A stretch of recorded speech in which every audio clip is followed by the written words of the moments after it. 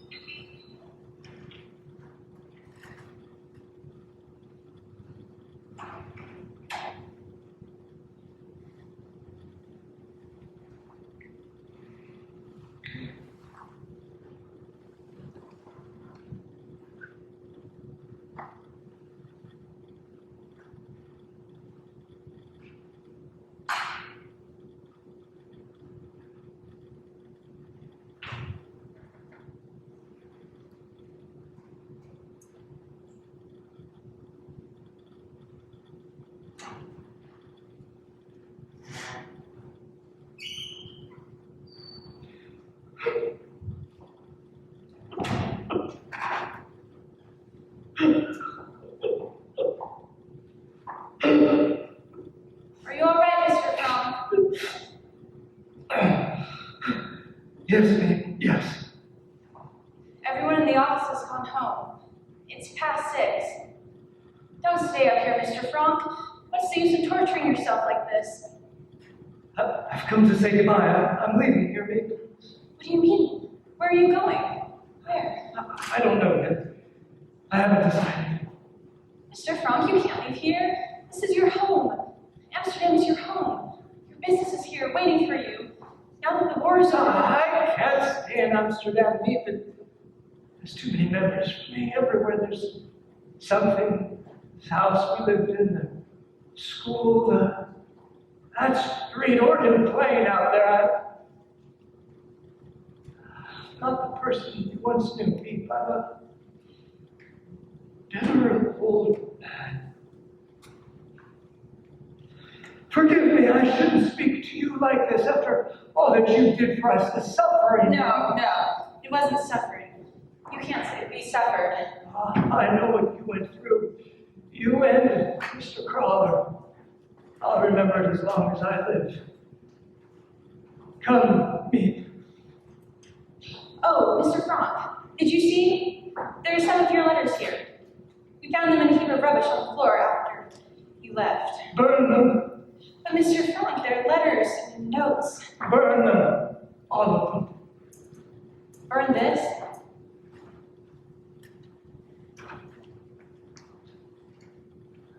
Anne's diary.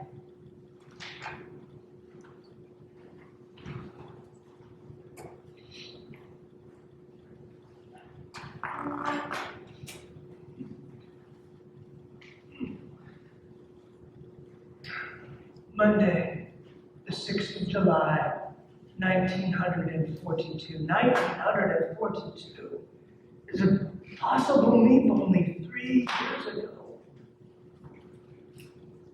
Dear Diary, since you and I are going to be great friends, I will start by telling you about myself. My name is Anne Frank. I am 13 years old.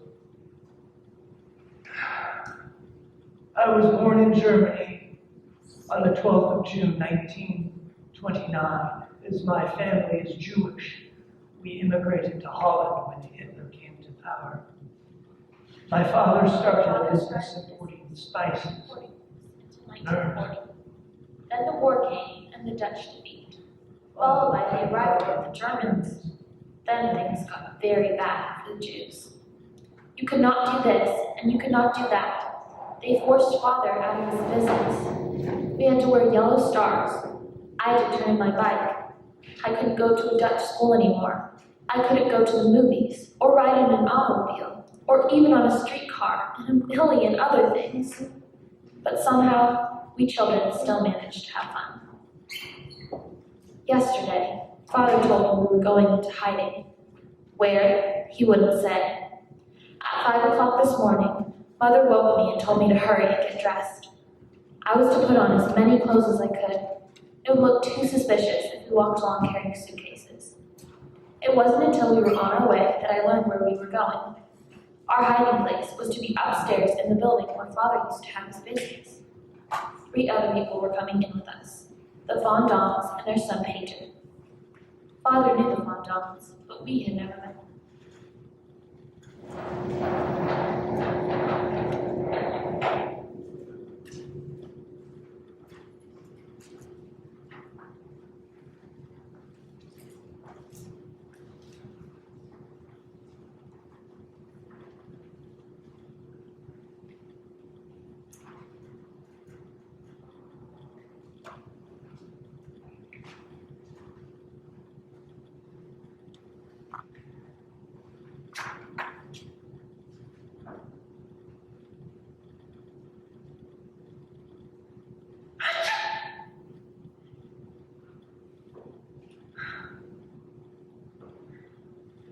Something's happened to them.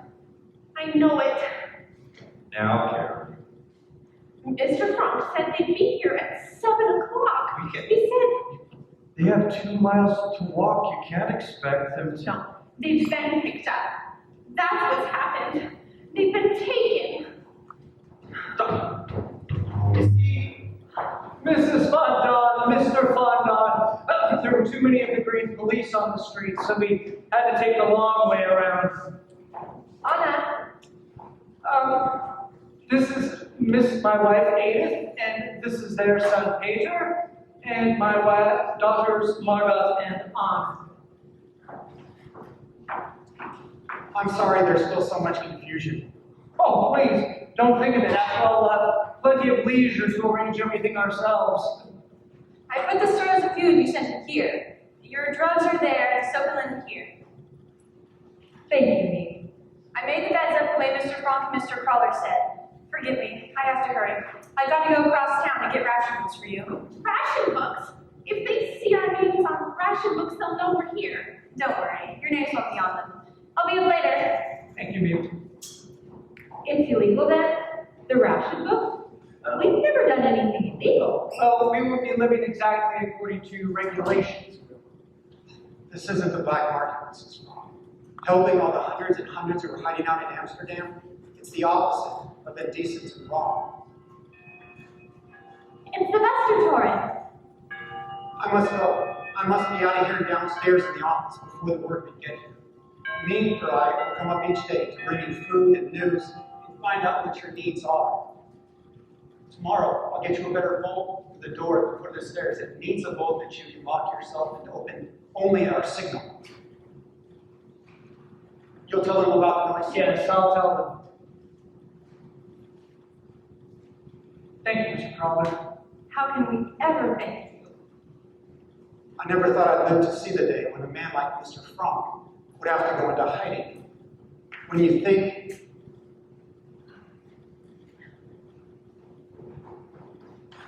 What did he mean about the noise? Well, first, let's take off some of these clothes.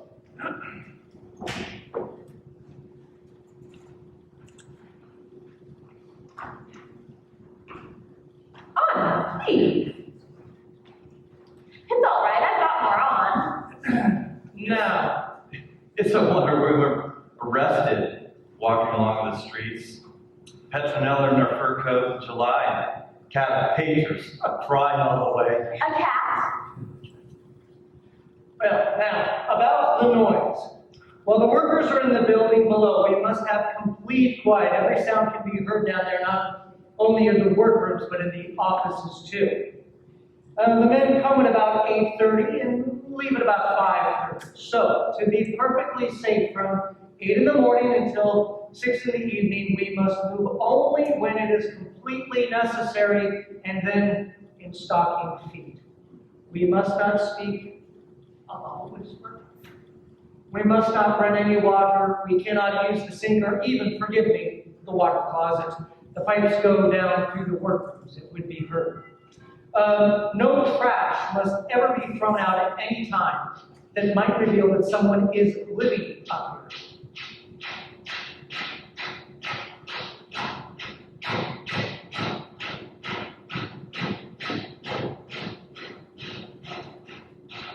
No trash must ever be thrown out that would reveal that we're living up here, not even a potato peel. Everything must be burned in the stove at night. This is the way we must live until it is over, if we are to survive. Until it's over. After 6 o'clock, we can move about. We can talk and laugh and have our supper, and we can read and play games just as we would at home. And now, I think it would be wise if we all went to our rooms and were settled before 8 o'clock. Mrs. Fondon, you and your husband will be through there. Now, I regret that there's no place there for Pedro, but he will be here near us, and this will be our common room, where we'll talk and meet and be like one family. Where This will is your you and place. Mrs. Frank sleep?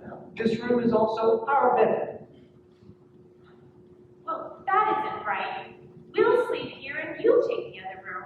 Well, please, I've thought this out for weeks. This is the best arrangement, the only arrangement. Never can we thank you. I don't know what would have happened to us if it hadn't been for Mr. Frank. You don't know how your husband helped me when I came to this country. Knowing no one, not able to speak the language, I can never repay him for that. Can I help you with your things? No, thank you. I'll be fine. Come along, Lydia. Peter, you're not afraid, are you? Please, Mother.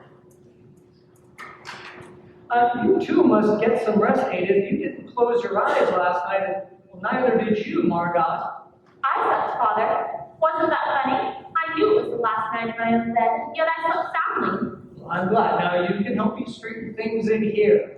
Come and rest in this room for a time. You sure I can help, really? I'm sure. Peter, Anna, it's best that you take off your shoes now before you forget. Anna, you're sure you aren't tired? I feel fine. I'm going to help Father. All right. Peter, I'm glad you're to be with us. Thank you, Mrs. Frank. What's your cat's name? Mushy. Mushy. I love cats. I have one, a darling little cat, but they made me leave her behind. I left some food and a note for the neighbors to take care of her. I'm going to miss her terribly.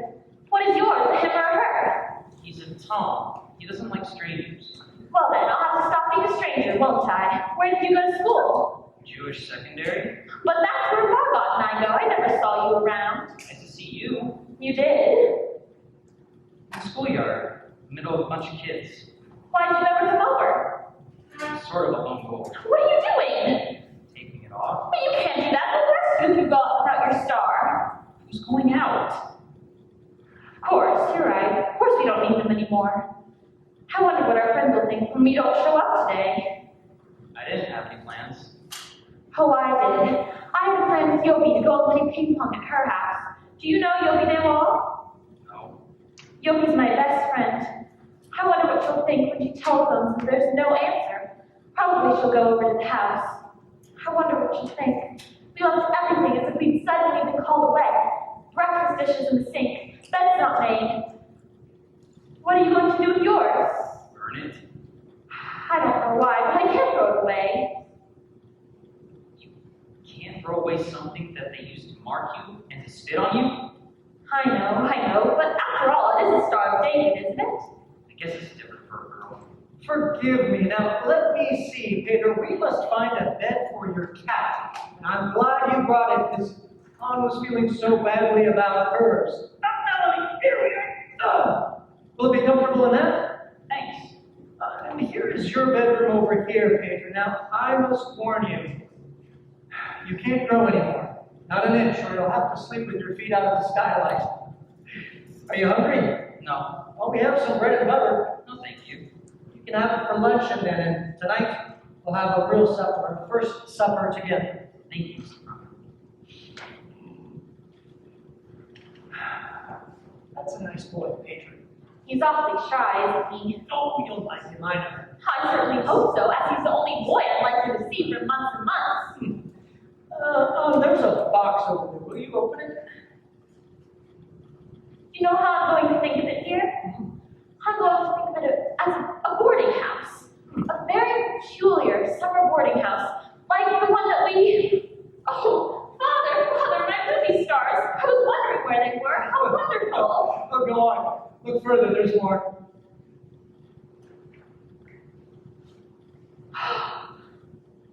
Oh, a diary. I've never had a diary, and I've always longed for one. Pencil, pencil, pencil. I'm going down to the office to look for a pencil. No, But there's no one in the building now. it doesn't matter. I never want you to go beyond that door. Never? Not even at night when there's no one here? Can I go down on Sundays? Can I go down to listen to the radio? Never. I'm sorry, Monica, but it isn't safe. You must never go beyond that door. I see. It'll be hard, I know, but always remember this. There are no walls, there are no bolts, no locks that anyone can put on your mind. Me will bring us books.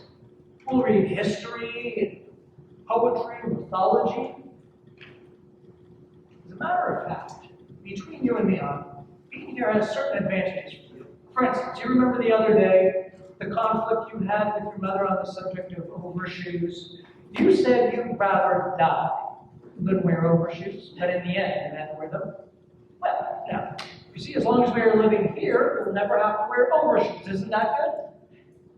And the jacket that you inherited from Margot, well, you won't have to wear that. And, oh, the piano. You won't have to practice on the piano. I tell you, this is going to be a fine life for you. I thought I'd get some water from Lucy before. Oh, yes, of course.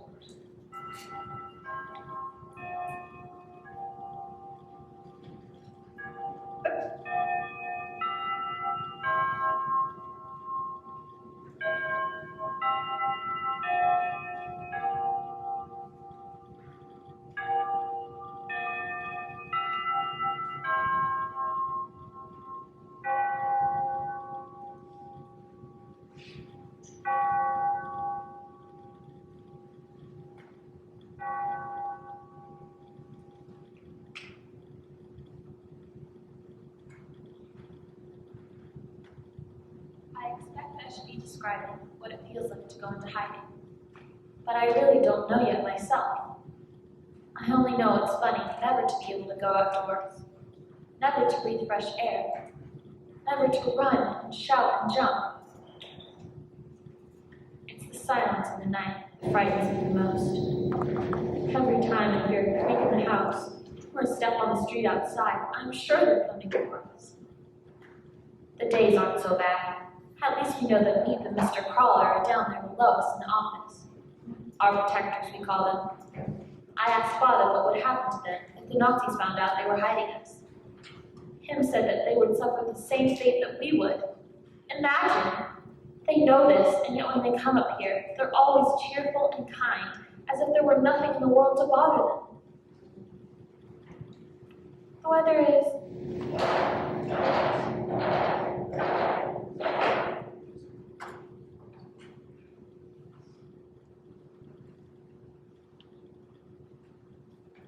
It's safe. The last workman has left the building. Whee!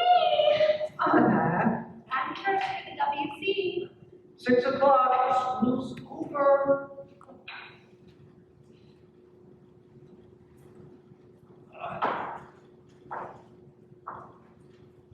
Have you seen my shoes? Your shoes? You have no shoes.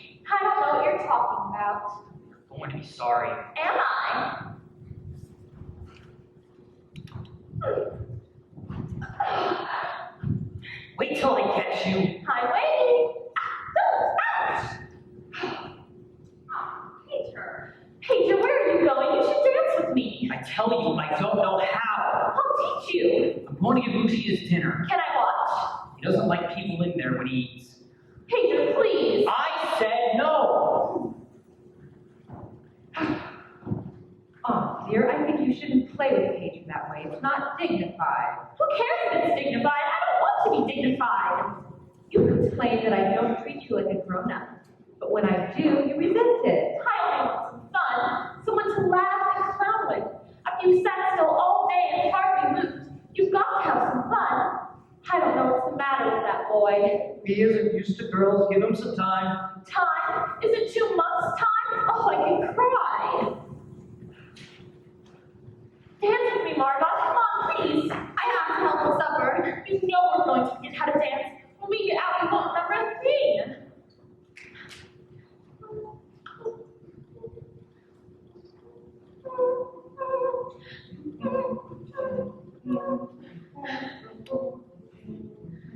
Where's Peter? Where would he be? Oh, he hasn't finished his lessons yet, has he? His father will kill him if he finds him in there with that cat and his lessons not done. Go in there. Get him for me, please. Peter! What is it? Your mother says to come out. I haven't seen Lucy since lunch. You know what your father says. I'm telling you, I haven't seen him. Just telling you, that's all. I'll feed him. I don't want you in there. Peter! Fine. But when you're done, you get out of there. You hear? Oh, Peter, is that any way to speak to your little girlfriend? Mother, would you please stop saying that? Look at the blush. I'm not. Yes, Please leave me alone. you're acting like it's something to be ashamed of. It's nothing to be ashamed of to have a little girlfriend. You're crazy. She's only 13. So what? And you're only 16. Your father is 10 years older than I am. I warn you, Mr. Frank, if this war keeps up much longer, you and I are going to be related. Mazel tov. I wonder where Niece is. She's usually so prompt.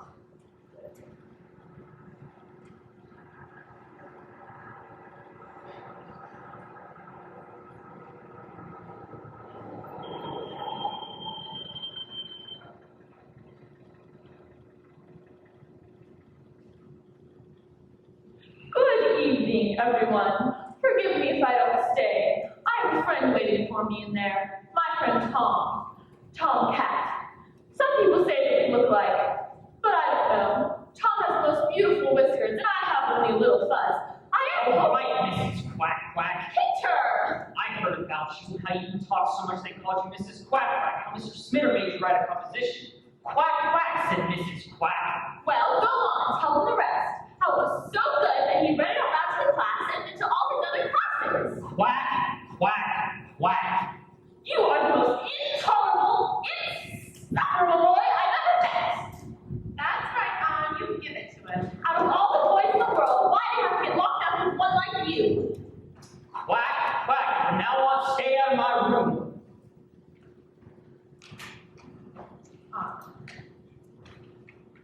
You're warm. Are you feeling all right? Please, Mother. You haven't a fever, have you? No, no. Come on, dear, don't do that. You know you can never have a doctor up here ever. There's only one thing to do. Watch carefully. Prevent it before it comes. Mother, this is perfectly absurd. Let me see your tongue. Otto, You hear your mother on. come on, open up. Don't be such a baby. Seem all right. Perhaps an aspirin. Oh, for heaven's sake, don't give that child any pills. I waited for 15 minutes outside the WC this morning. I was washing my hair. I think there's nothing the matter with our aunt. But a ride on her bike or a visit with Yogi the Wall wouldn't cure it. Isn't that so, Aunt? Meet back on yet? No, the workman just left a little while ago. What's for dinner tonight? Beans. Not again. I know, poor Foodie, but what can we do? That's all that meat brought for us. We are now in what is known as the bean cycle. Beans boiled, beans in casserole, beans with strings, beans without strings.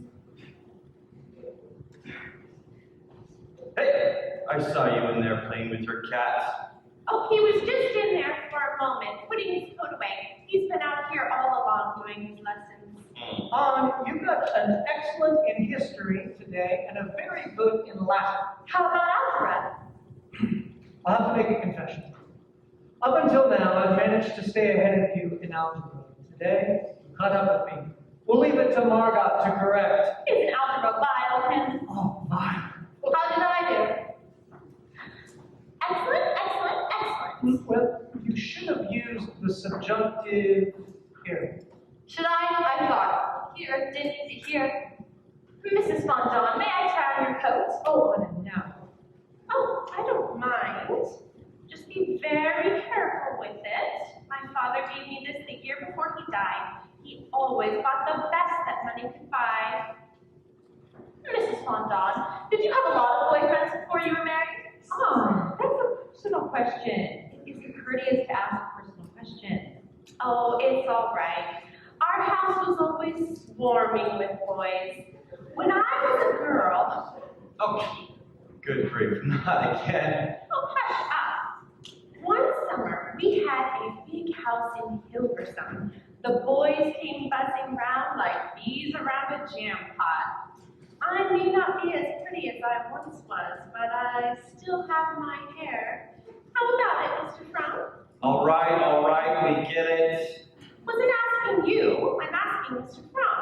Mother, for heaven's sake! Oh, I embarrass you, do I? I just hope the girl that you married has hair as good. My father did worry with so many boys hanging around. He said to me, if one of them gets fresh, you say to him, remember, Mr. So-and-so, remember, I'm a lady.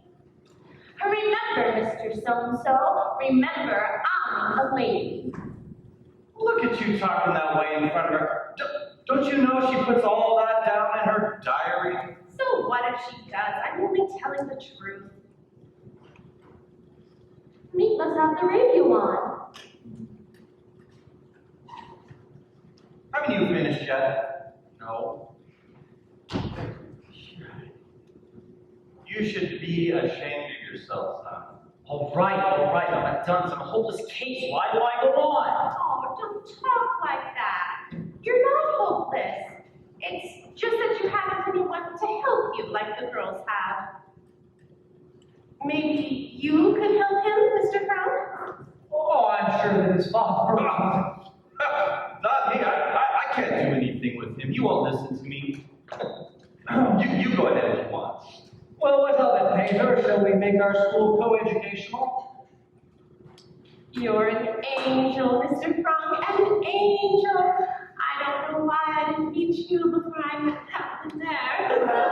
Perhaps it might be better we went to Painter's room to study. That's right, you go in there, Major. You listen to Mr. Frank. Mr. Frank is a highway. Do you have any library books for me when she comes? It's a wonder Meat has a life of her own, the way we make her run errands for us. Please, Meat, get me some starch. Please take my hair out and have it cut. Tell me all the latest news, Meat. Did you know she's engaged? His name is Dear, and Meat's afraid the Nazis are going to ship him off to Germany to work for one of their war plants. That's what they do with some of the young Dutchmen these days. They pick them up off the streets and you never know if you're going to see them again. Don't you ever get tired of talking. Suppose you stay still for 5 minutes. Just 5 minutes. Will you help me finish, please?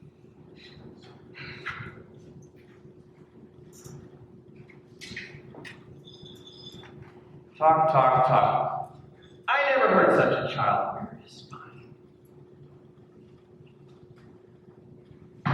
What are you looking for? My pipe. Have you seen my pipe? What good is a pipe? You haven't got any tobacco. Well, at least I'll have something to hold in my mouth.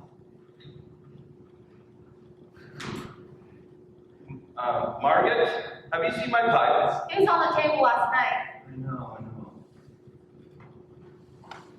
Have you seen my pipe? On dear, Mr. Fondant is speaking with you. Oh, am I allowed to talk now? Oh, you are the most. The trouble with you is you have been spoiled. What you need is a good old-fashioned spanking. Remember, Mr. So-and-so, remember, I'm a lady.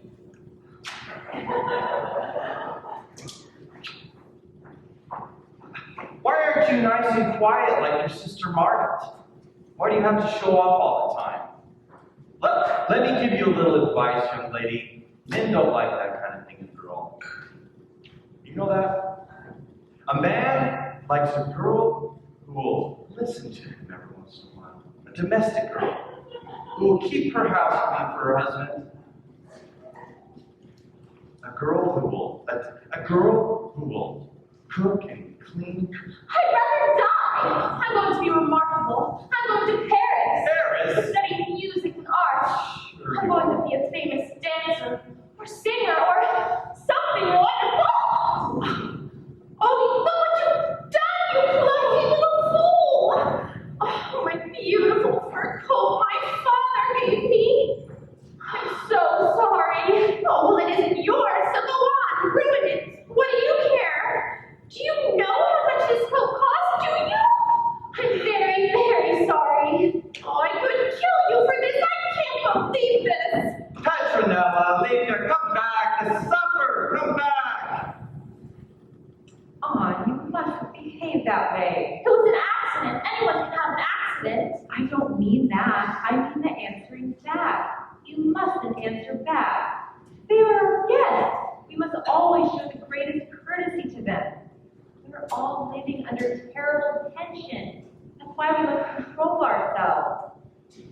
Margaret doesn't argue with them. You don't see her getting into arguments. She keeps her distance. She's never familiar, and they respect her for it. Try to be like Margaret. And have them walk all over me the way they do her? No thanks. I'm not afraid of anyone walking all over you, Anna. I'm afraid for other people that you'll walk on them. I don't know what happens to you. You become wild and self-willed. If I ever talk to my mother the way you talk to me, Things have changed. People aren't like that anymore. Yes, mother, no, mother, anything you say, mother. I can find things out for myself, make something of myself. it isn't necessary to fight to do it. Margot doesn't fight, and isn't she? Margot. That's all I hear from everyone, how wonderful Margot is. Try to be like Margot. Why can't you be like Margot? Come on, Anne, don't be so. Everything she does is right, and everything I do is wrong. I'm the scapegoat around here. You're all against me, and you worst of all. Let's put the soup on in case anyone cares to eat. I don't know how we can go on living this way. Anna flies at me every time I talk to her. You know, Anna, in half an hour, she'll be out here again, laughing and joking. I knew this wouldn't work. I told your father it wouldn't work, but no, he had to ask them. Well, now he knows I was right. This bickering, this arguing.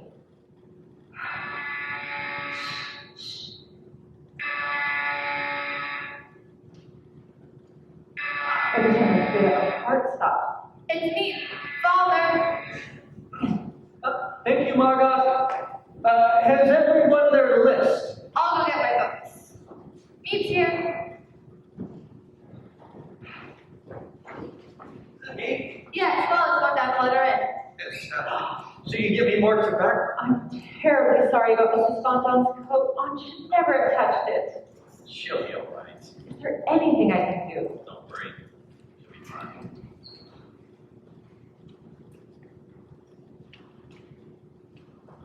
Mr. Crawler, Oh, when Mr. Crawler comes, the sun begins to shine. this is a surprise. Is me going? Not tonight. Oh. Would you like a cup of coffee, or perhaps you can stay to supper? No, thank you. Mr. Crawler has something to talk over with us. Something has happened, he said, that demands an immediate decision. What is it? Usually, when I come up here, I try to bring you some bit of good news. What's the use of telling you the bad news when there's nothing you can do about it? But today something has happened. Dear, means dear, you know. He came to me just now. He told me he has a Jewish friend who lives near him, a dentist. He says he's in trouble. He begged, is there anything you can do for this man? Can you find him a hiding place? That's what I come to you. I know it's a terrible thing to ask of you, living as you are, but will you take him in with you? Oh, of course we will. It'll just be for a night or two until I find some other place. This happened so suddenly, I didn't know where to turn. Well, where is it? Downstairs in the office. Oh, good, bring him up. His name is Dussel. Jan Dussel. Oh, so I think I know him. I'll get it. Forgive me, I spoke without consulting you, but I knew you'd feel as I do. Well, there's no reason to consult with any of us. This is your place. You can do whatever you want. The only thing I feel is there's so little food as it is, and to bring on another person. We can stretch the food a little. It's only for a few days. Want to bet? Otto, I think it's fine to have him, but where are you going to put him? He can have my room. I can be on the floor. I don't mind. Oh, that's good of you, Pedro, but your room's too small, even for you. I have a much better idea. I'll come in here with you and Mother, and Margot can take Pedro's room, and Pedro can go in our room with Mr. Dussel. That's right, we could do that. No, Margot, neither you nor I must sleep in there. Moochie has caught some rats. Pedro's brave, he doesn't mind. Then how about this? I'll come in here with you and Mother, and Mr. Dussel can have my bed. No.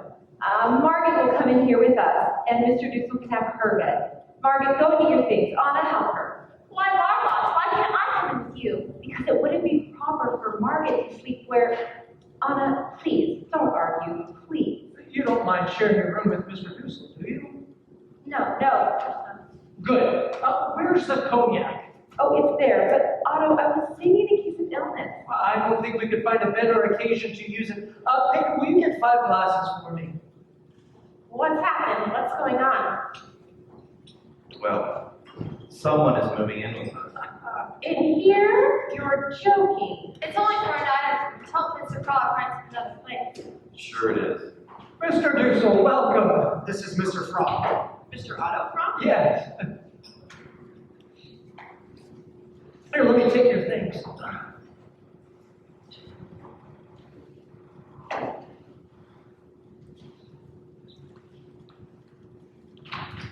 Thank you, Mr. Frank.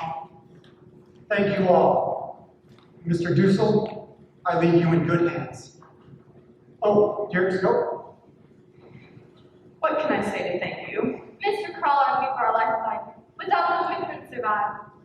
Please, you make us seem very heroic. It isn't that at all. We simply don't like the Nazis. We don't like their methods. Well, we just don't like anything about them. I know. Nobody's going to tell us Dutchmen what to do with our Jews. Pay no attention to Mr. Frank. I'll be up tomorrow to see that they're treating you right. Good night. Good night. Please, Mr. Dussel, sit down. I'm dreaming, I know it. I can't believe my eyes. Mr. Otto Frank here? You're not in Switzerland then? A woman told me, she said she'd gone to your house. Everything was in disorder, the door was open. She found a scrap of paper in the wastebasket with an address scribbled on it. An address in Zurich. She thought you must have escaped to Zurich. Father put that there purposely, just so people would think that very thing. And you've been here all this time? All this time, ever since July. It works, Tim. The actress left. Mr. Dussel says that people believe we escaped to Switzerland. Well, I'm glad. To Mr. Dussel, welcome. We're very honored to have you here with us. That was good. So, did Mr. Crawler tell you that you won't get much to eat here? I mean, you can imagine 3 ration books among 7 people, and now, of course, you make 8. Mr. Fondon, you don't realize what's happening outside. You should warn me of a thing like that. You don't realize what's going on. Right here in Amsterdam, every day, hundreds of Jews disappear. The Green Police surround a block and search house by house. Children come back from school to find their parents gone. Hundreds are being deported. People that you and I know. The Hollensteins, the Vessels. Oh, no. They give their call-up notice. Come to the Jewish theater on such and such a day and hour. Bring only what you can carry in a rucksack. And if you refuse the call-up notice, then they come and drag you through your house and ship you off to Mount House, the death camp. I didn't know things had gotten so much worse. Forgive me for speaking so. Do you know the day Walls? Do you know what has become of them? Their daughter Yobi was in my class. Yobi's my best friend. They are gone, Gone? with all the others. Oh, no. But there was a family called Wagners. They lived near I us. think we should put this off until later. We all have many questions we want to ask, but I'm sure that Mr. Dussel would like to get settled. Thank you, I would. I'm sorry we can't give you a room alone, but we hope you won't be too uncomfortable. We've had to make strict rules, a schedule of hours. We'll tell you after supper. Anna, would you like to show Mr. Dussel to his room? If you'll come with me, Mr. Dussel. Forgive me if I haven't really expressed my gratitude to all of you. This has been such a shock to me. I always thought of myself as Dutch. I was born in Holland, my father was born in Holland, and my grandfather. And now after all this time, if you'll excuse me. Well, here we are. The news sounds pretty bad, doesn't it? It's so different from what Mr. Crawler tells us. Mr. Crawler says things are improving. I do like it better the way Mr. Crawler tells me. Let me help you. You're going to share the room with me. I'm a man who's almost always lived alone. I haven't often had to adjust myself to others. I hope you'll bear with me. Have you always lived alone? Have you no family at all? Not in this country, not anymore. How dreadful. You must have been terribly lonely. I'm used to it. I don't think I could ever get used to it. Didn't you even have a pet, like a cat? I have an allergy to fur-bearing animals. They give me asthma. Oh dear, Victor has a cat. Here? You have one here? Yes, but we hardly ever see it. He keeps it in his room all the time. I'm sure it will be all right. Let us hope so. The best part about this room, you can look down and see a bit of the street and the canal. There's a houseboat. A bargeman lives there. He has a family. They have a baby and he's just beginning to learn how to walk. I'm so afraid he's going to fall and fall out. Both of the schedules? Yes, it's mostly the times we have to be quiet, and times for the WC. You can use it now if you like. No, thank you. I suppose you think it's awful me talking about a thing like that, but you don't know how important it can get to be, especially when you're frightened. About this room, the way Margot and I did it. She had it to herself in the afternoon for studying reading lessons, you know, and I had it in the mornings. Would that be all right with you? I'm not at my best in the mornings. You take the mornings then. I'll stay here in the afternoons. So tell me, when you're in here, where am I spending my time? In there with all the people? Yes. I see, I see. We have supper at 6:30. Well, if you don't mind then, I'd like to lie down quietly for 10 minutes. I find it helps with digestion. Of course. I hope I'm not going to be too much of a bother to you, Mr. Dussel. I seem to be able to get everyone's back up. Oh, I always got along very well with children. My patients all brought their children to me because they know I get on well with them. So you won't have to worry about that. Thank you. Thank you, Mr. Dussel.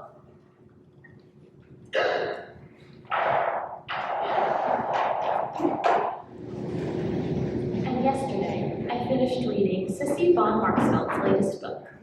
I think she's a first-class writer. I shall definitely let my children read her. Monday, the 21st of September, 1942. Mr. Dussel and I had another battle yesterday. Yes, Mr. Dussel.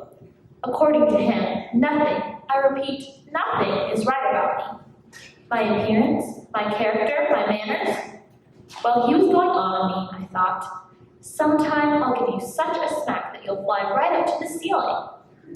Why is it that every grown-up thinks he knows the way to bring up children? I keep wishing Pedro was a girl instead of a boy. Then I would have someone to talk to. Margot's a darling, but she takes everything too seriously. To pause for a moment on the subject of the Fondants, I must tell you that Mrs. Fondant's attempts to get attention from us all are getting her nowhere. Him especially does not entertain her, thank goodness, and Mr. Fondant finds about 20 things a day to complain about. Life here is complicated, and I am yearning to go outdoors, stretch my legs, and have a day of peace.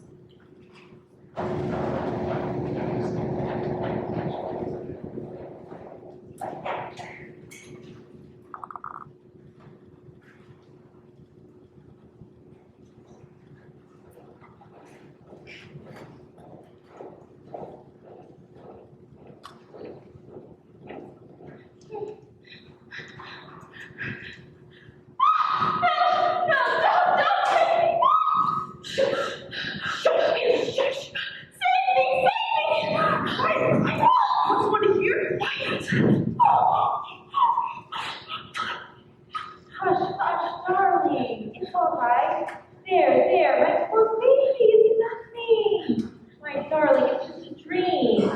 Something must be done about that child, Mrs. Frank. Yelling like that? Who knows if there's someone on the street that could have heard? Poor Anna, darling. Anna. Every night she twists and turns. I don't sleep. I spend half my night shushing her, and now it's nightmares. Here you see, nothing has happened. Mr. Dufour, please, go back to bed. Anna will be herself in a minute or two, won't you, Anna? Thank you, but I'm going to WC, the one place where there's peace. What is it? What's happened? She was having a nightmare. I thought somebody was murdering her. Unfortunately, no. Thank you, Paper. Go back to bed. You all should go back to bed. Would you like some water? Was it a very bad dream? Perhaps you told me. I'd rather not talk about it. All right. Well, you should try to get some sleep then. I'll sit right here beside you until you fall asleep. You don't have to. Oh, but I'd like to. Really, I would. I'd rather you didn't. Very well. Good night, then. There's nothing you want? Will you please ask Father to come? Of course, I'm here. She wants you. Oh, Edith, dear. It's all right. I thank God at least she'll turn to you when she needs comfort. Go to her, Otto. She's still shaking with fear. Go to her.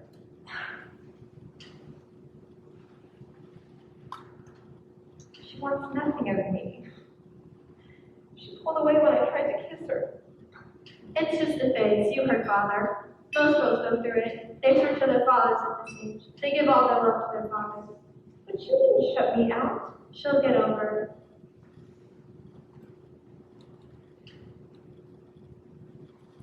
Oh, Pim! I dreamed they came to get us. The Green Police. They knocked down the door and tried to grab me and drag me out the way they did Yogi. I want you to take this. What is it? Something to quiet you. Do you want me to read to you for a while? No, sit with me for a minute. Was I awful? Did I yell terribly loud? Do you think anyone outside could have heard? No. Try to get some rest. Get some sleep. I'm a terrible coward. I'm so disappointed in myself. I think I've conquered my fears. I think I've really grown up, and then something happens and I run to you like a baby. I love you, Father. I don't love anyone but you. Anna. It's true. I've been thinking about you for a long time. You're the only one I love. It's very nice to hear you tell me that you love me, but I'd be much happier if you said you love your mother as much. She needs your help, your love. We have nothing in common. She doesn't understand me. Whenever I try to explain my views on life to her, she asks me if I've had a full night of sleep. Well, you hurt her very much just now. She's crying. She's in there crying. I can't help it. I only told the truth. I didn't want her here. Oh, Kim. I was horrible, wasn't I?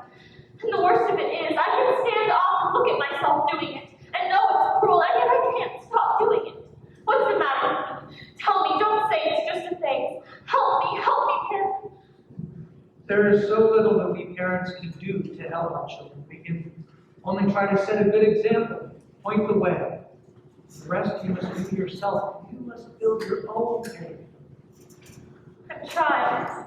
Really, I am. Every night before I go to bed, I think back over all the things I did that day that were wrong. Like putting that wet mop on Mr. Deucel's bed, and this thing now with Mother. I say to myself, that was wrong. I'm never going to do it again. Never. Of course, I may do something worse, but I'm never going to do that again. I have a nicer side, Father, a sweeter side, but I'm scared to show it. I'm afraid people are going to laugh at me if I'm serious. So the mean on comes to the outside, and the good on stays on the inside. And I keep trying to switch them around, and have the good on outside and the bad on inside, and be what I'd like to be, and might be, if only I could.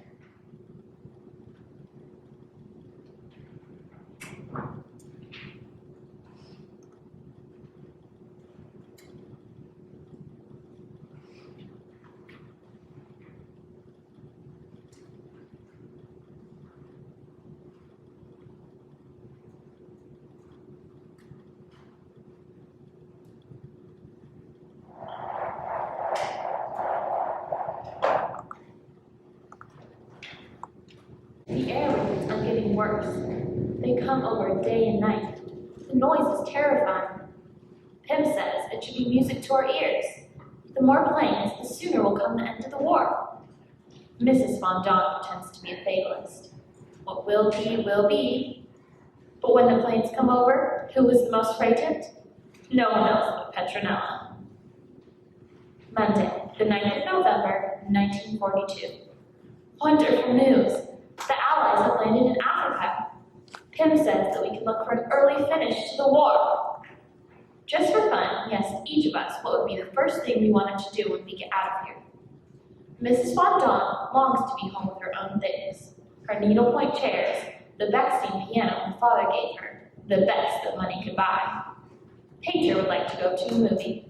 Mr. Dussel wants to get back to his dentist job. He's afraid he's losing his touch.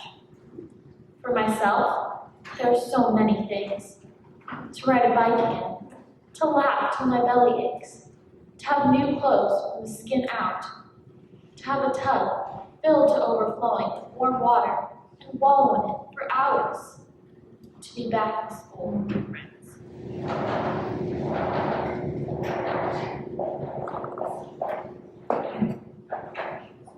Praised be thou, O Lord, our God, ruler of the universe, who has sanctified us with thy commandments and bidden us kindle the Hanukkah lights. Praised be thou, O Lord, our God, ruler of the universe, who has wrought wondrous deliverances for our fathers in days of old. Praised be thou, O Lord, our God, ruler of the universe, that thou hast given us life and sustenance and brought us to this happy season. Amen.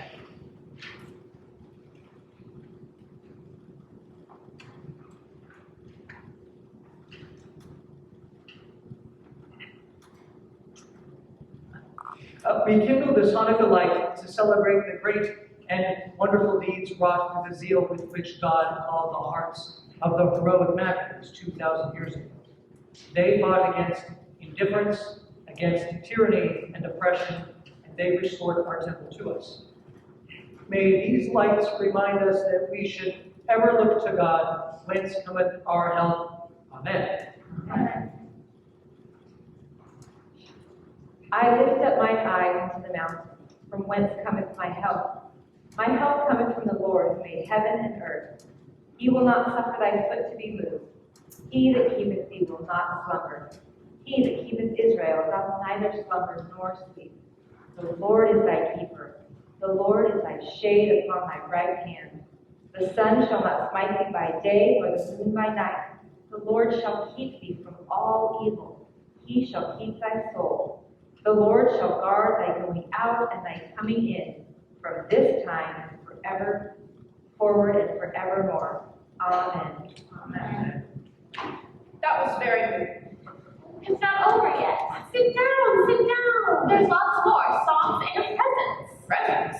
Not this year, unfortunately. Oh, but always on Hanukkah, everyone gives presents. Everyone. Like our St. Nicholas's Day? No, not like St. Nicholas. What kind of a Jew are you that you don't I particularly enjoy the candles. First one as we have tonight, then the second night we light 2 candles, and then the next night 3, and so on until you have 8 candles burning. When there are 8 candles burning, it's truly beautiful. And the potato pancakes. Don't mention. I make the best latkes you've ever tasted. Invite us all next year in your own home. God willing. What I remember best is the presents we used to get when we were little. 8 days of presents, and each day they got better and better. Well, we're all here by that's present enough. No, it isn't. I got something. Presents. Presents? To life. Bye.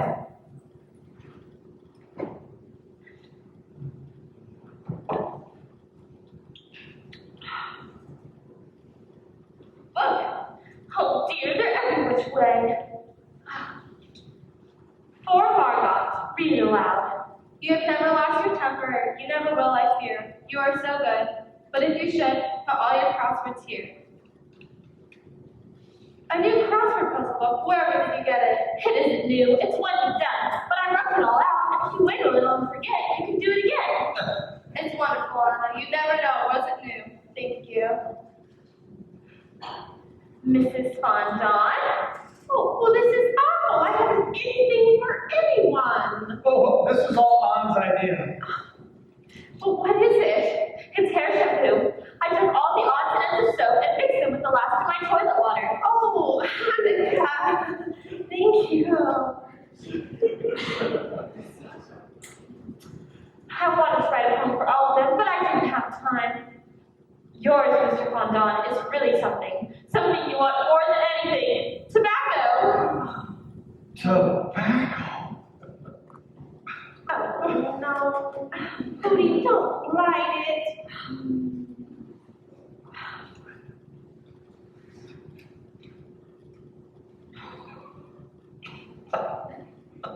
It works. That's right. You wouldn't want to sell that, Mrs. Frank. Never. This is the most precious gift I've ever received. 4 pins. Annika, I wasn't supposed to have a present. I made it myself out of odds and ends. Knitted in the dark each night after I'd gone to bed. I'm afraid it looks better in the dark. Oh, it's fine. It suits me perfectly. Thank you, Annika. 4 Bushi. On behalf of Bushi, I thank. And this is yours from Mrs. Quack Quack. Well, open it. Aren't you going to open it? I'm scared to. I think something's going to come out of the cake. No, it's nothing like that. Really, open it. Go on, Peter, open it. It's a razor. A what? A safety razor. But you didn't make that out of odds and ends. Meep got it for me. It isn't new, it's secondhand. But you really do need a razor now. For what? Look at his upper lip. See the beginnings of a mustache? He wants to get rid of that? Put a little milk on it, let the cat lick it off. Hey, you're funny, don't you? Look, he can't wait, he's going in to try it. I'm going to give Bushi his present. Oh, mushy, mushy, mushy. And last but never least, my roommate, Mr. Dussel. You got something for me? Capsules? 2 capsules. They're earplugs. Earplugs? So you won't hear me when I flash around at night. I found an advertising magazine. They aren't real, I made them out of cotton candle wax, but put them in so you can hear me talk. Ready? Huh? Are you ready?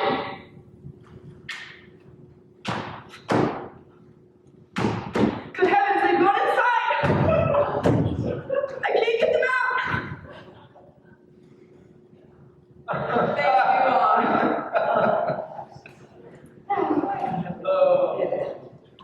A real Hanukkah. cute. And now the song. Have you heard the Hanukkah song, Mr. Dussel? The song is the best part. Oh, I'm Hanukkah. afraid we shouldn't sing the song tonight. It's a song of jubilation, of rejoicing, and one is apt to become a little too enthusiastic. Oh, please, let's have the song. I promise not to shout. Very well. Quietly, if you get too much. You! How many times have I told you? Out! Out! the matter with you? Does that do any sense? Get that cat out of here. Cat? You heard me, get it out of here. I have no cat. It doesn't have to be the cat, his clothes are enough.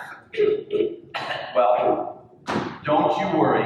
You won't be bothered anymore. We're getting rid of that cat. At last, you listen to me. I am not doing it for you. I'm doing it because I'm tired of seeing that cat eat all our food. That's not true. I give him bones, mere scraps. Tell me, that cat looks better than any of us. He gets fatter every day. He goes out tonight. Oh no! Mr. Fondant, you can't do that. Peter loves that cat. If he goes, I go. Go. Go ahead. You're not going and the cat's not going. Now please, this is Hanukkah. Hanukkah, a time for celebration. What's the matter with all of you? Come on, Han, let's have that song. Oh, Hanukkah, oh, We should first blow out the candle. That way we'll have something for tomorrow night. But Father, you're supposed to let them burn out themselves. I'm sure that God understands shortages. We thank thee, O Lord our God, that thou hast allowed us to enjoy this joyous festival, to sustain us and celebrate this time together. Amen.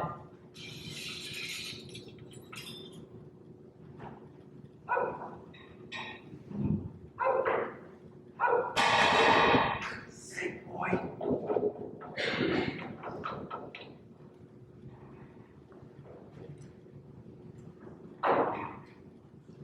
Do you hear anything? No, I think they've gone. it's the Green Police. They found us. If they had, they'd be up here by now. No, I know it's the Green Police. They've gone back to get help, that's all. They'll be back. It could be the Gestapo looking for papers. Or a thief looking for money. We've got to do something. Quick, before they come back. There isn't anything to do. Just wait. Oh, it's water, please. No one's running water. If they found us, they found us. Get the water. I'm going down. No, Father, don't go. There may be someone down our way and may be trapped. This is Saturday. We have no way of knowing what has happened until Monday, until before Mr. Crawler come in. We cannot live with this uncertainty. Don't go. Hush, come here. Quiet. Hootie, where's our money? Go get our money. I hear you can buy the Green Police off. Go get our money. Keep still. Do you want to be dragged off to a concentration camp? Are you just going to stand here and wait for them to come up and get you? Do something, I beg you! No, you keep still. Someone block your father. Make father come back. Hello? Haven't you done enough? Please, Mr. Fondant, get father. Quiet. I lift my eyes up to the mountains, from whence cometh my help. My help comes from the Lord who made heaven and earth. He will not suffer thy foot to be moved. He that keeps thee will not slumber. It was a thief. That noise must have scared him away. Oh, thank goodness. He took the cash box and the radio. He ran away in such a hurry he didn't stop to shut the screen door. It was swinging wide open. So is everything all right? The danger is past. Don't be so terrified, Aunt. We're safe. Who said the danger is past? Don't you realize we're now in greater danger than ever? Mr. Dussel, will you be still? Thanks to this clumsy fool, there's someone who knows we're up here. Someone who knows we're up here hiding. Someone knows we're here, yes. But who is that someone? A thief. A thief. Do you think a thief is going to the Green Police and say, well, the other night I was robbing a place and I heard a noise above my head. You think a thief is going to do that? Yes, I think he might. Oh, you're crazy. I think one day he'll be caught, and then he'll make a bargain with the Green Police. If they let him off, he'll tell them where some Jews are hiding. I think he's right. Father, we have to leave. We can't stay here now. Let's go. Go where? Yes, where? Have we lost all faith? All courage? A moment ago, we thought that they'd come for us. We were sure it was the end, but it wasn't the end. We're alive, safe. We thank thee, O Lord our God, that in thy infinite mercy thou hast again seen fit to spare us for another night. Come on, the song. The song!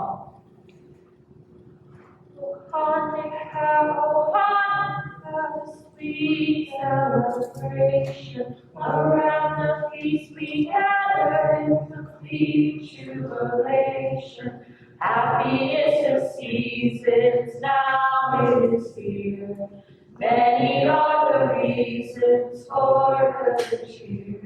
Together with weather, whatever tomorrow may bring. So hear us rejoicing and merrily voicing the Hanukkah song that we sing. So hear us rejoicing and merrily voicing the Hanukkah song that we sing.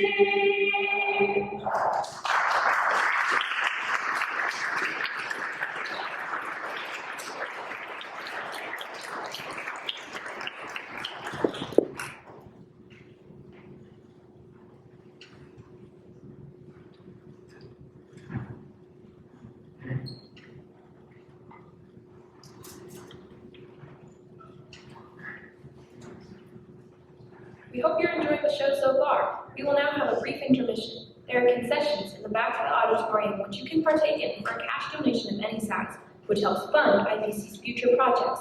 And we also want to invite you to take a look at our display that has a brief overview of each of these people's lives, also located in the back of the auditorium.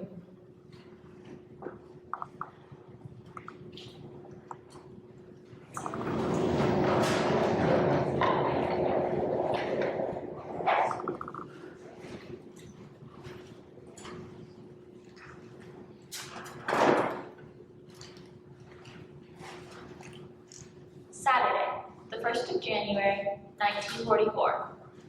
Another new year has begun, and we find ourselves still in our hiding place. We have been here now for 1 year, 5 months, and 25 days. It seems that our life is at a standstill. We are all a little thinner. The fondants' discussions are as explosive as ever. Mother still does not understand me, but then I don't understand her either. There have been changes in all of us, and I'm growing up. Paige has grown taller still, and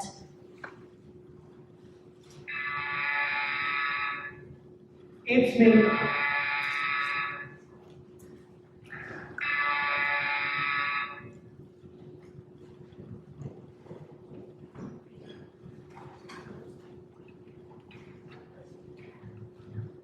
Get up, everyone, Mika's here.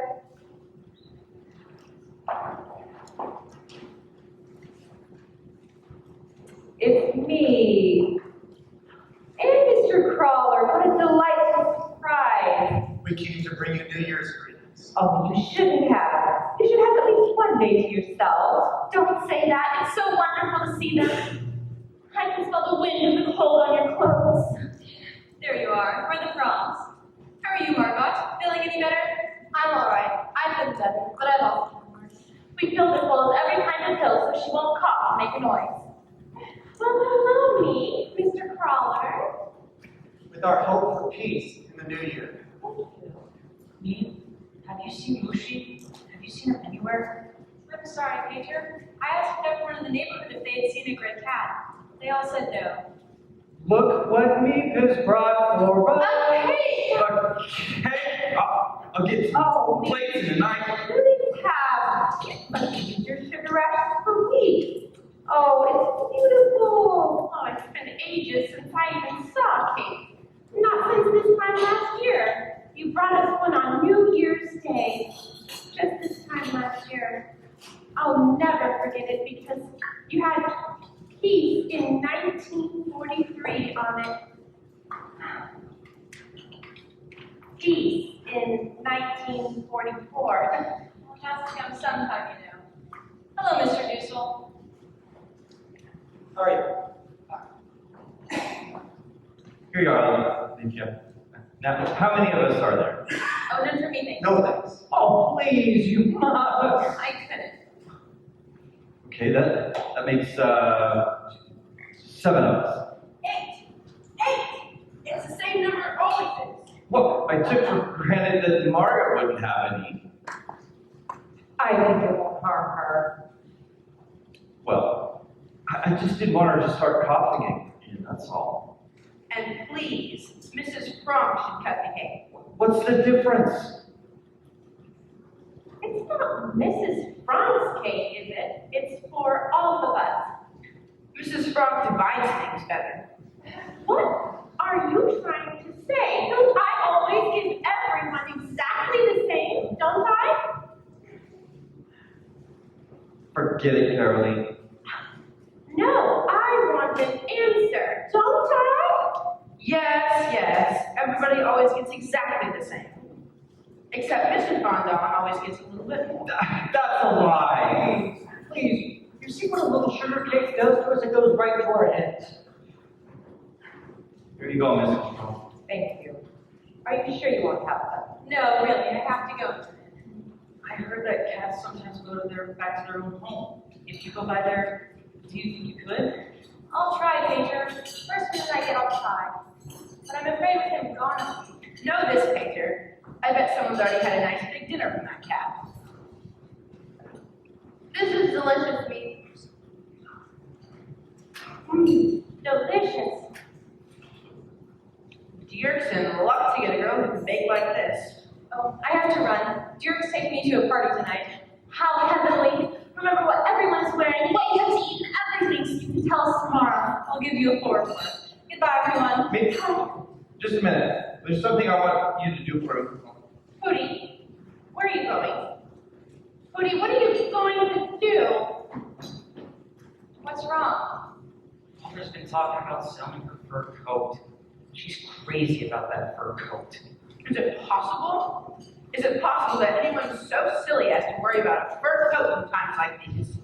It's none of your darn business. And if you say one more thing, You take your hands off it! It's mine! My father gave that to me. You didn't give it to me. You have no right to take your hands off of it. Don't you dare! No! Just a little discussion about the advisability of selling this fur coat. As I've often reminded Mrs. Fondon, it is very selfish for her to keep it when so many are in such desperate need of clothing. So, if you will please sell it for us, it should fetch a good price.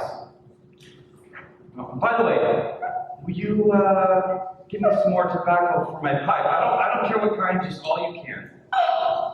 It's terribly hard to get that, Mr. Fondon. I'll try. Goodbye, everyone. Goodbye. Bye. Are you sure you won't have some, Mr. Crawler? I'd better not. What does the doctor say? I haven't been to. Oh, now, Mr. Crawler. I've tried, but you can't get near a doctor these days. They're so busy. After weeks, I finally managed to get one on the telephone. I told him that I needed an appointment, that I wasn't feeling well. You know what he answers over the telephone? Stick out your tongue. I have some contracts here. I wondered if you'd go over them with me. Oh, sure. If we could go downstairs. Will you forgive us? I won't keep it but a minute. What's happened? Something's happened. Something's happened, hasn't it, Mrs. Crawler? No, really. I just want your father's advice. Something's gone wrong, I know it. If it's something that concerns us here, it's better than beyond here. But the children, What they imagine would be worse than any reality.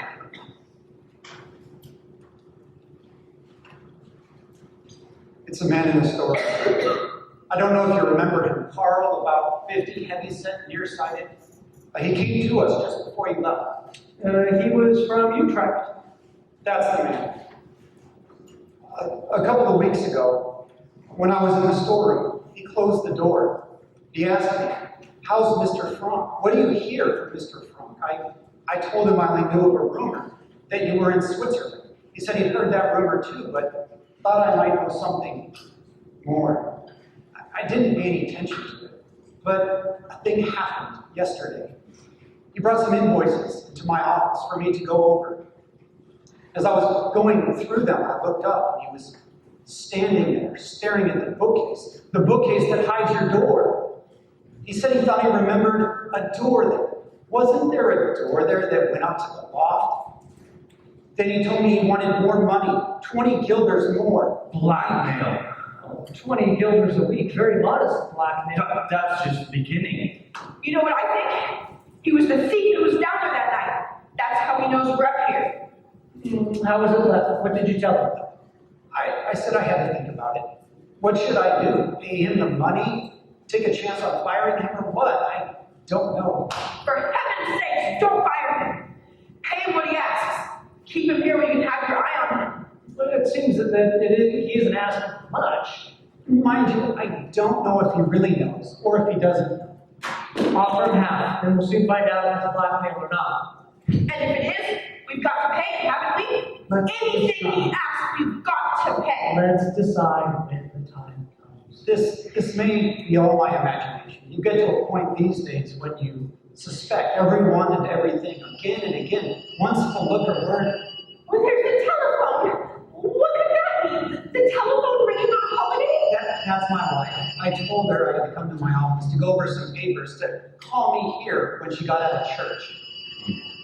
I'll offer him half. Goodbye. We'll hope for the best. Goodbye, Mr. Crawford. I tell you, it's just a matter of time now. Sometimes I wish the end would come, whatever it is. Margot, Well, then at least we know where we were. you should be ashamed of yourself. Think how lucky we are. Think of the thousands dying every day in the war. Think about the people in the concentration camp. What's the good of thinking of misery when you're already miserable? That's stupid. Now, Anna, We're young, Margot, Paige, and I. You grown-ups have had your chance. But look at us. If we begin thinking of all the horror in the world, we're lost. We're trying to hold on to some kind of ideals when everything, ideals, hopes, everything are being destroyed. please. We weren't around when all this started, so don't try to take it out on us. She talks as if we started the war. Did we start the war? She forgot her cake.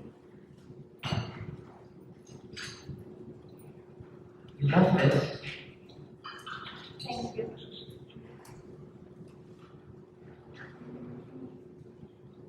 I think you were fine just now. You know just how to say and what to say.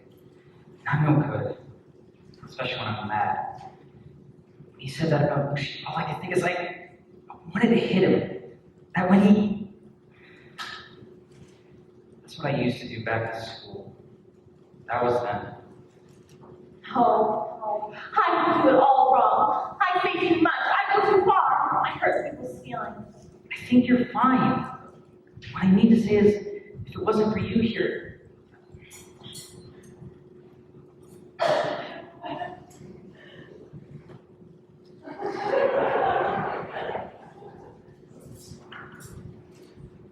Do you mean it, Pater? I said it, didn't I? Thank you.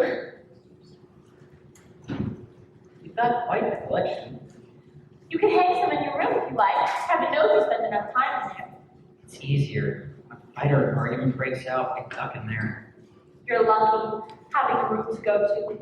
His lordship is always here. I hardly ever get a minute alone. When they start in on me, I can't look away. I just stand there and take it. Well, he gave some of it back just now. I get so mad. They form their opinions about everything. But we, as younger people, we're still trying to find out. We have problems here that no other people our age have ever had. And just when you think you've solved them, something comes along and bang, you have to start all over again. At least you got someone to talk to. Not really. Mother, I never discuss anything serious with her. Father's all right. We can talk about everything. Everything except one thing. Mother. He'll never talk about her. He'll never say anything bad about her. I don't think you can really be close to someone if they hold things back, do you? I think your father's just fine. Oh, he is, Pager, he is. He's the only one who's ever given me the feeling I have any sense.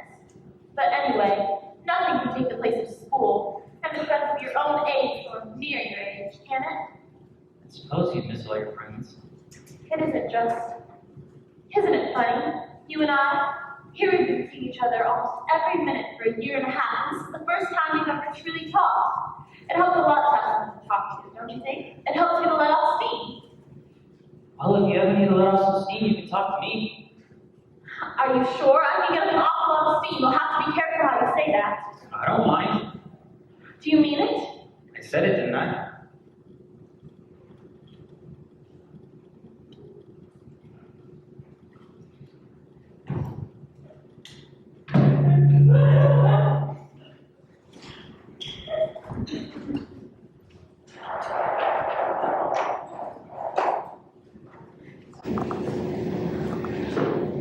We've had bad news. The people from whom Meep got our ration books have been arrested. So we have had to cut down on our food. Our stomachs are so empty that they rumble and make strange noises, all in different keys. Mr. Fondant's is deep and low, like a bass fiddle. Mine is high, whistling like a flute. As we all sit around waiting for supper, it's like an orchestra tuning up. It only needs Toscanini to raise his baton, and we'd be off in the ride of the Valkyries. Monday, the 6th of March, 1944. Mr. Crawler is in the hospital. It seems he has ulcers. Kim says we are his ulcers. Meep has to run the business, and us too. The Americans have landed on the southern tip of Italy. Father looks for a quick finish to the war. Mr. Dussel is waiting every day for the warehouseman to demand more money. Have I been skipping too much from one subject to another? I can't help it. I feel that spring is coming. I feel it in my whole body and soul. I feel utterly distraught. I am longing, so longing for everything. Yes, for a full belly and warmth, and to feel fresh air on my skin, but also for friends, for someone to talk to, someone who understands, someone young, a real, true friend.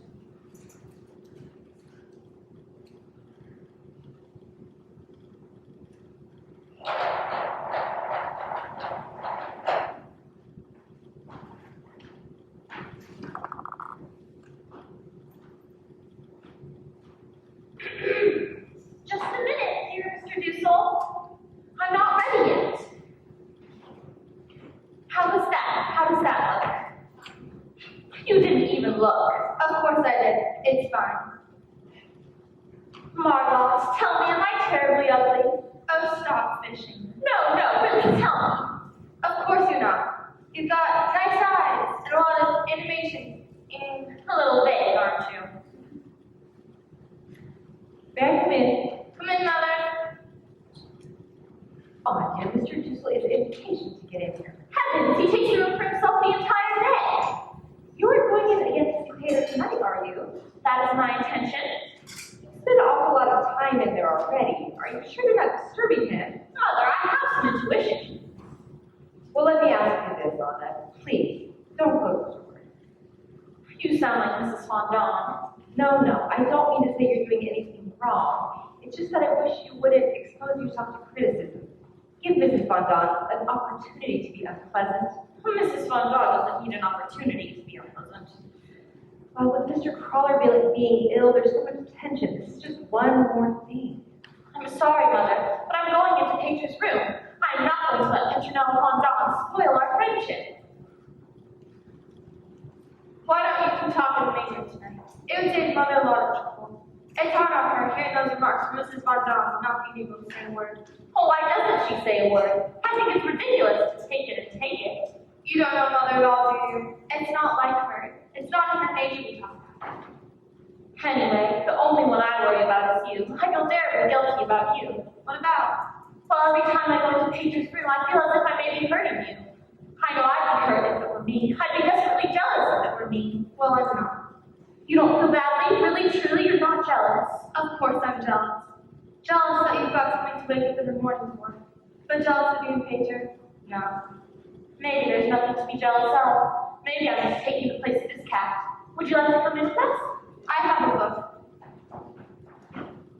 Will you please let me in my room? Just a minute, dear Mr. Dussel. Well, here I go to run the gauntlet. Thank you so much.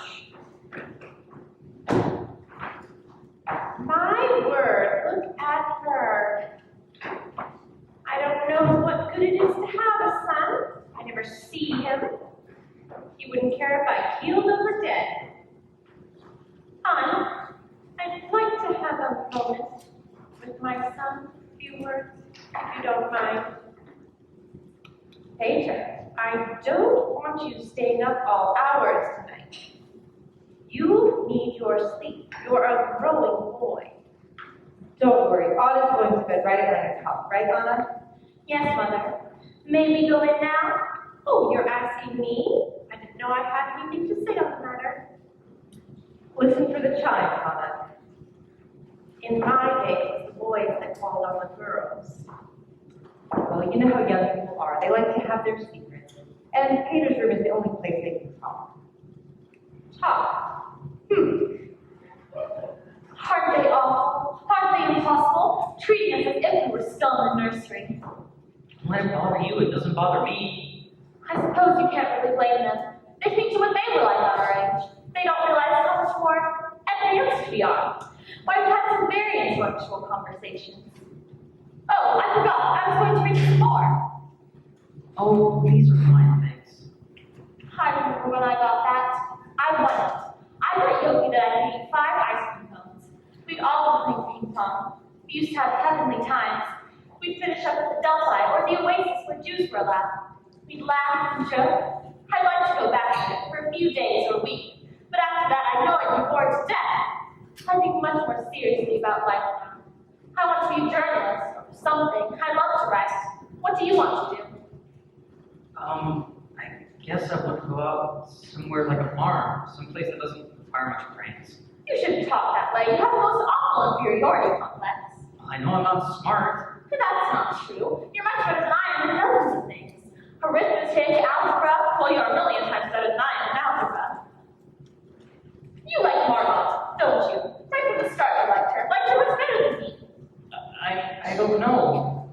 It's all right. Everyone feels that way. Margot's so good. She's sweet and bright and beautiful, and I'm not. That's not true. I think Oh, it's all right. I know I'm not. I'm not a beauty. I never have been and never shall be. I wouldn't say that. I think you're pretty. That's not true. And another thing, you've changed. From at first, I mean. I have? I used to think you were awfully noisy. And how have I changed, Peter? Well, you were quieter. I'm glad you don't still hate me. I never did. When you get out of here, you're never going to think of me again. When you get back with your friends, you're going to say, now what did I ever see in that Mrs. Quackquack? I don't need friends. I've never seen much use of them. Does that mean you don't see much use for me? I think of myself as your friend. Well, no, with you it's different. What I mean, Peter, did you ever kiss a girl? yeah, once. That nature's crooked. Was she pretty? Huh? The girl that you kissed. I don't know. I was blindfolded. I was at a party, one of those stupid kissing games. Oh, I don't suppose that really counted then. Didn't to me. Outside of my family, I've been kissed twice. Once, a man I'd never seen before kissed me on top of the head when he picked me up off the ice and I was crying. The other was a friend of father's, Mr. Cupius, who kissed my hand. You wouldn't say those counted, would you? I wouldn't say so. I know for certain that Margot would never kiss anyone unless she was engaged to them. And I'm sure, too, that Mother never kissed a man before him. But I don't know. What do you think? Do you think a girl should kiss anyone unless she's engaged to them or something? It's so hard to know, with the whole world falling around your ears, and you don't know what's going to happen tomorrow, and, well, what do you think? I suppose with some girls, no matter what they do, people think they're wrong. While with others, I guess it wouldn't necessarily be wrong with them. I think that things like that are just so. It's 9 o'clock, I have to go. That's right. Good night. You won't let them stop you coming? No. I want to read my diary in some time. There's lots in there that I want to talk over with you. There's lots about you. Like what? I would want you to see some of it. I might know nothing just the way you thought of me. And did you change your mind like I did about you? Well, I see.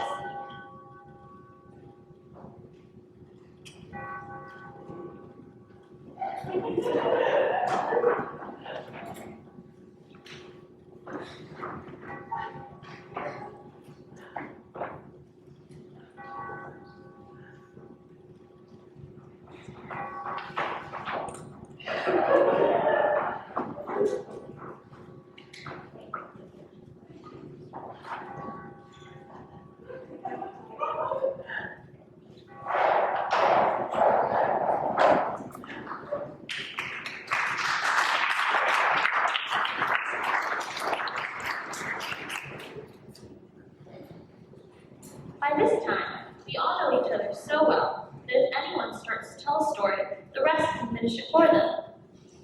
We're having to cut down still further on our meals. What makes it worse, the rats have been at work again. They've carried off some of our precious food. Even Mr. Dussel wishes now he knew she was here. Thursday, the 20th of April, 1944. Invasion fever is mounting every day. Meek tells us that people outside talk of nothing else. For myself, life has become much more pleasant. I often go to Pater's room after supper, and we talk for as long as Mother will let me. Oh, don't think I'm in love, because I'm not. But it does make life more bearable to have someone with whom you can exchange views on things. No more tonight. P.S. I must be honest. I must confess that I actually live for every meeting with Pater. Is there anything lovelier than to sit under the skylight and feel the sun on your cheeks and have a darling boy sitting next to you? I admit now that I'm glad the Fondants had a son and not a daughter. I've outgrown another dress. That's the third. I'm having to wear Margot's clothes after all. I'm working hard on my French, and I'm now reading.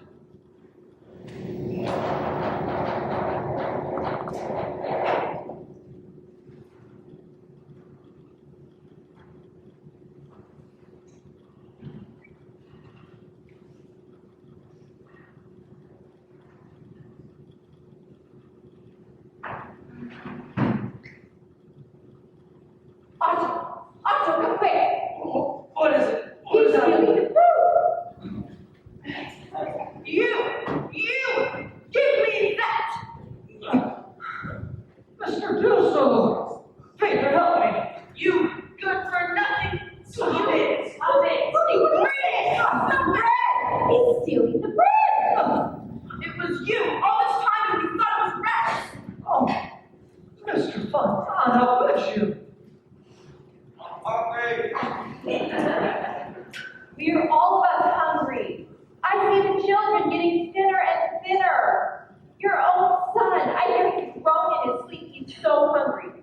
And you come in the night and steal food that could go for the children. Well, he's used to more. He needs more. He's a big man. And you're worse than he is.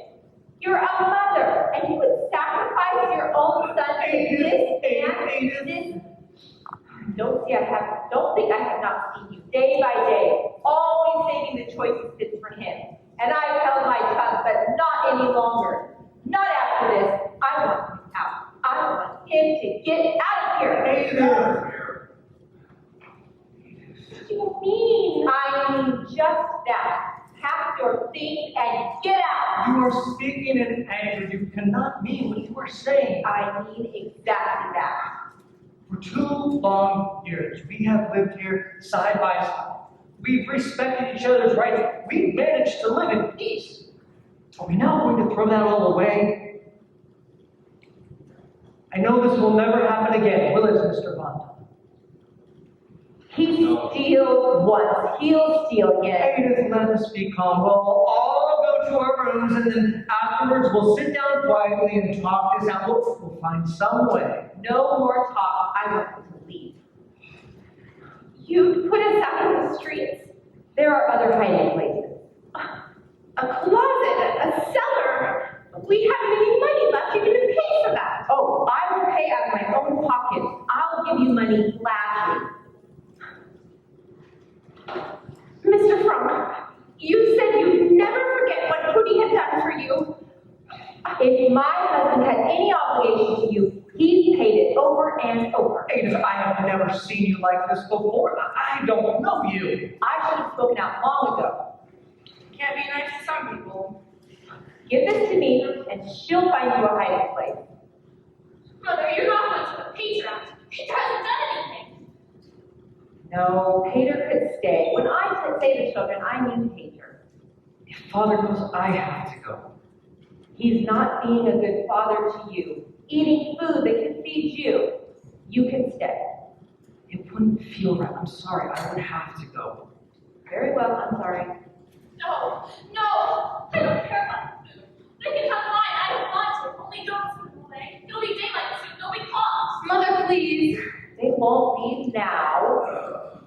go and be fine for the place.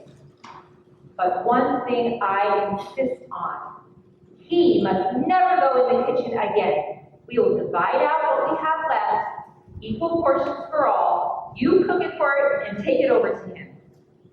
No. We haven't slept so far that we're going to fight over a handful of raw potatoes. Mr. Frank, Mrs. Frank, Margot, Anne, Pater. Mr. Don. At this hour, it must be trouble. I beg you, don't let her see a thing like this. Oh, we don't need the Nazis to destroy us. We're destroying ourselves. Mrs. Stop it! Anne, Margot, you're making all the biggest ones for yourself. Mrs. Von Don, Look at the size of that one! And that one! Stop it, please! Mr. Fellows, wonderful news! The invasion has begun. Oh, my word. Did you hear that? Did you hear that, everyone? The invasion has begun.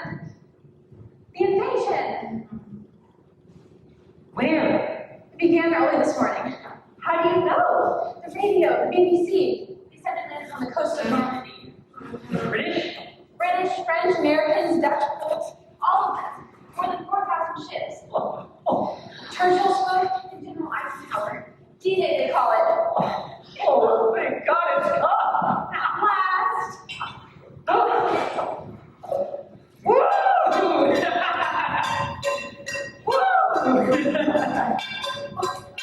I'm not going to tell Mr. Crawler. This will be better than any blood transfusion. What part of Normandy did they land, did they say? Normandy. I know now. But I'll be up the minute I hear some more.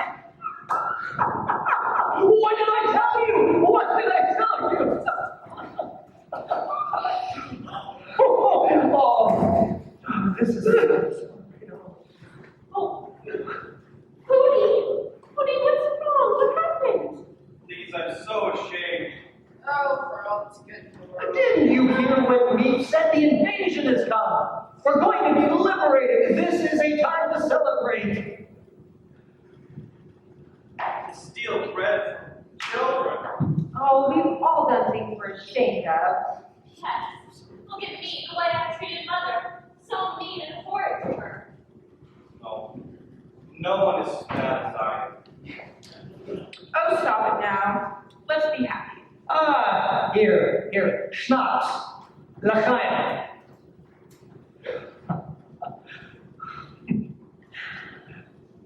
Oh, Edith. When I think of the terrible things that I said, No, you were right. that I should treat you that way, our guests, our friends. Oh, stop it. You're ruining the whole invasion.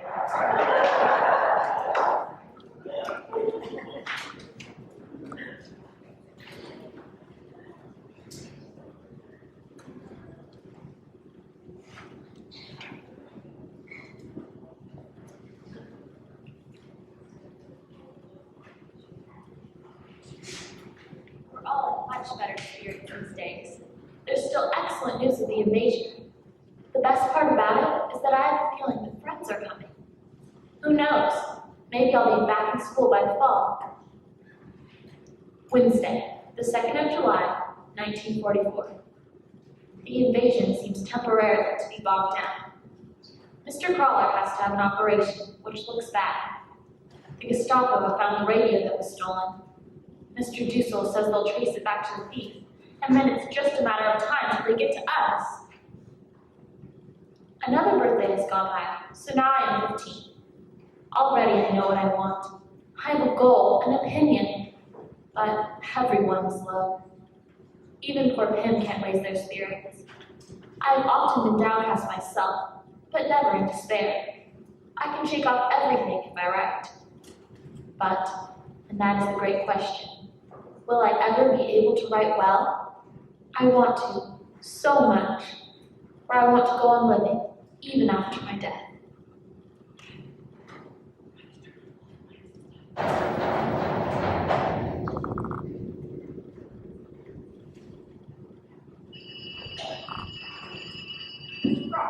The telephone here? Yes, I hear. But this is the third time, Mr. Frank. The third time in quick succession. I tell you, it's me. It's a signal. She's trying to get to us. Something's happened. You're wasting your breath. Wait. For 3 days now, he hasn't been to see us. And today, not a man has come to the building. There hasn't been a sound. Not a man at work. Perhaps it's Sunday. We may have lost track of the days. Yeah. You have that diary there. What day is it? I don't lose track of the days. It's Friday, August 4th. Friday, and not a man at work. I tell you, Mr. Crawler's dead, and they've closed down the building, and he's trying to warn us. She never telephoned us.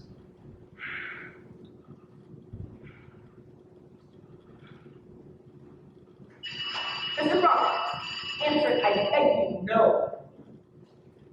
Just pick it up and listen. You don't have to speak. Just listen and see if it's me. For goodness sake, I ask you. No, I've told you no. I'll do nothing that might let anyone know that we're in the building. Mr. Frank's right. If we wait patiently, quietly, I believe that help will come. I'm going down.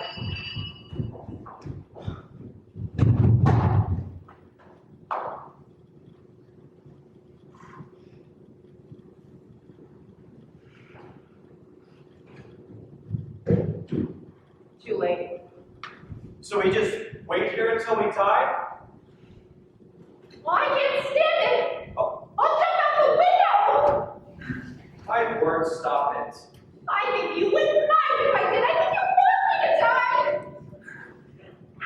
Goodness sake. But whose idea, whose fault is it we are here? I wanted to be somewhere safe in America or Switzerland, but no. You wouldn't do what I wanted. You wouldn't leave what I wanted. You wouldn't leave your precious things. You wouldn't leave your furniture. Don't touch me.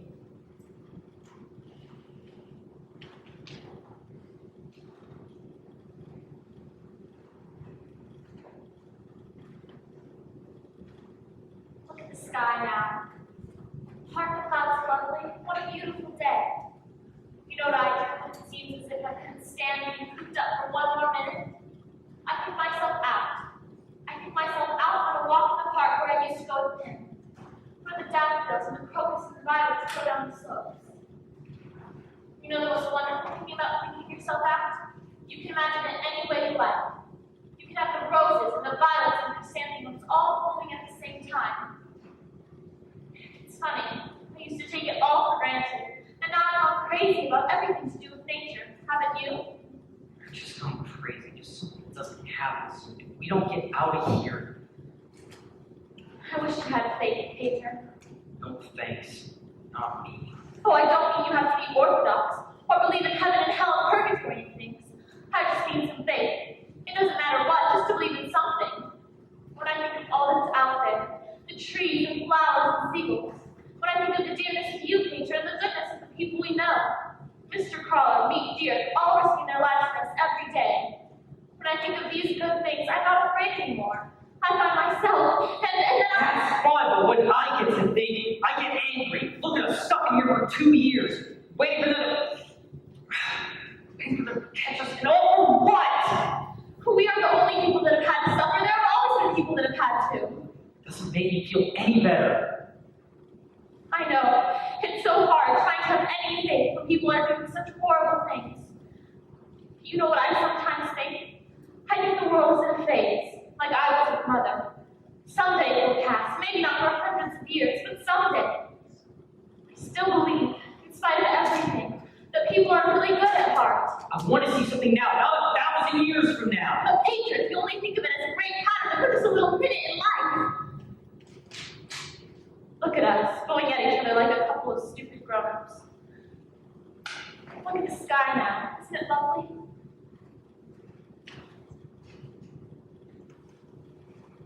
Someday, when we get out of here, I'm going to.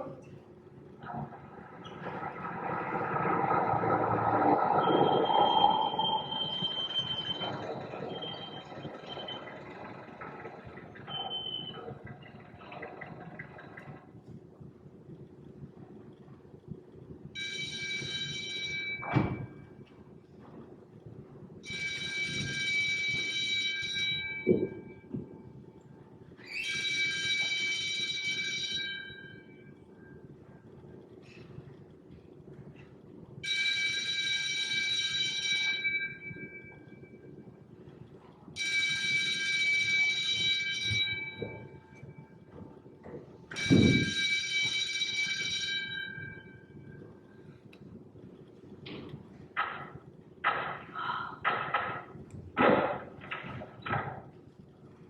the past 2 years, we have lived in fear. Now we can live in hope. Aufmachen, da drinnen! Aufmachen! Schnell! Schnell! Machen Sie schnell, verdammte Banane!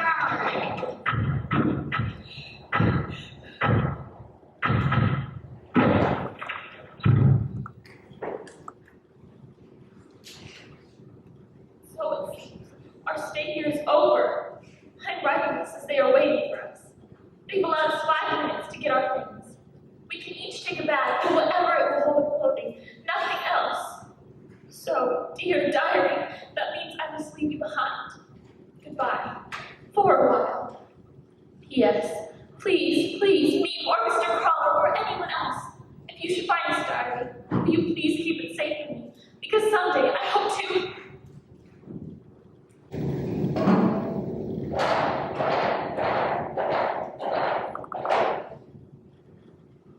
There is no more. I had gone to the country in hopes of finding food. When I got back, the block was surrounded by the Green Police. We made it our business to learn how they knew. To no avail. We never will know for sure how they were found out. It seems strange to say that anyone could be happy in a concentration camp, but I was happy in the camp where they first took us in Holland.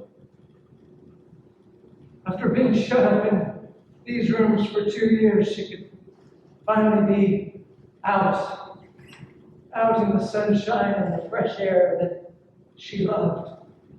Dear Anna, Yes, dear sweet Anna. News of the war was good.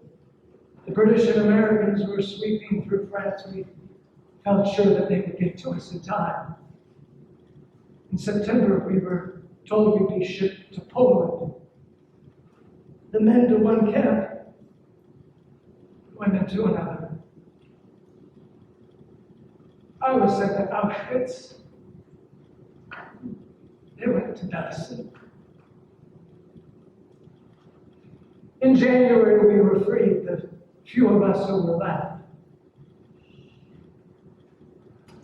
The war wasn't yet over, so it took us a long time to get home. Every time the train would stop at a siding or a crossing, we'd all get out and go from group to group and say, "Is it possible that you knew my wife? Have you seen my husband? My daughter, my son, my father, my mother?" That's how I found out about the death of my wife. Margot. Mr. and Mrs. Van Daan. Peter. Juice.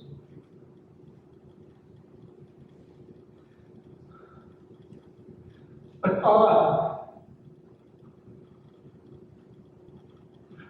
I still don't. Yesterday I went to Rotterdam. I had heard of a woman there. She'd been embezzling with I know now. I still believe, in spite of everything, that people are really good at heart. She puts me to shame.